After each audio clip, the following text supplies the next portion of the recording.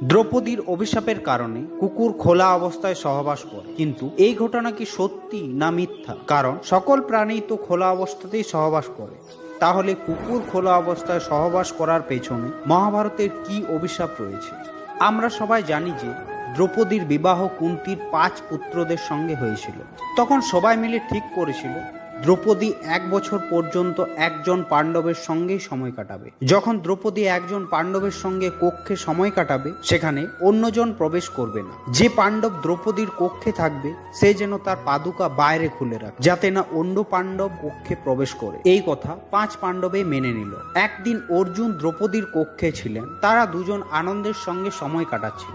এমন সময় একটি কুকুর তাদের কক্ষের বাইরে রাখা অর্জুনের পাদুকা মুখে নিয়ে জঙ্গলের দিকে চলে যায়। এদিকে ভীম নিজের কক্ষের দিকে যাচ্ছিলেন, কিন্তু তিনি দেখলেন দ্রৌপদীর কক্ষের বাইরে কোনো পাদুকা নেই। তাই তিনি দ্রৌপদীর কক্ষে প্রবেশ করে যান। ভীমকে নিজের কক্ষে এভাবে দেখে দ্রৌপদী লজ্জায় পড়ে যায়, আর অত্যন্ত রেগে তিনি ভীমকে প্রশ্ন করলেন, আপনি কক্ষের ভেতরে কেন প্রবেশ করলেন, যেখানে অর্জুন নিজের পাদুকা প্রবেশ দুয়ারে খুলে রেখেছে? এরপর ভীম উত্তর দিলেন, প্রবেশ দুয়ারে কোনো পাদুকা ছিল না। ভীম অর্জুন দুজনই বাইরে বেরিয়ে অর্জুনের পাদুকা খুঁজতে শুরু করে। পাদুকা খুঁজতে খুঁজতে তারা পাশের একটি জঙ্গলে চলে যায়। অর্জুনের পেছনে দ্রৌপদীও ওই জঙ্গলে আসেন। সেখানে একটি কুকুর অর্জুনের পাদুকা মুখে নিয়ে খেলছে। দ্রৌপদী এটা দেখে লজ্জায় পড়ে যায়, কারণ তিনি ভীমকে বিনা দোষে অপমান করেছেন। দ্রৌপদী অত্যন্ত রেগে কুকুরটিকে খোলা অবস্থায় সহবাস করার অভিশাপ দিয়ে দেন। আর তখন থেকে এই লোককথা খুবই প্রচলিত হয়ে আছে, কিন্তু এই ঘটনার প্রমাণ কোনো গ্রন্থে উল্লেখ নেই, কারণ সকল প্রাণী খোলা অবস্থায় সহবাস করে। তাই এটা বিশ্বাস করা কঠিন যে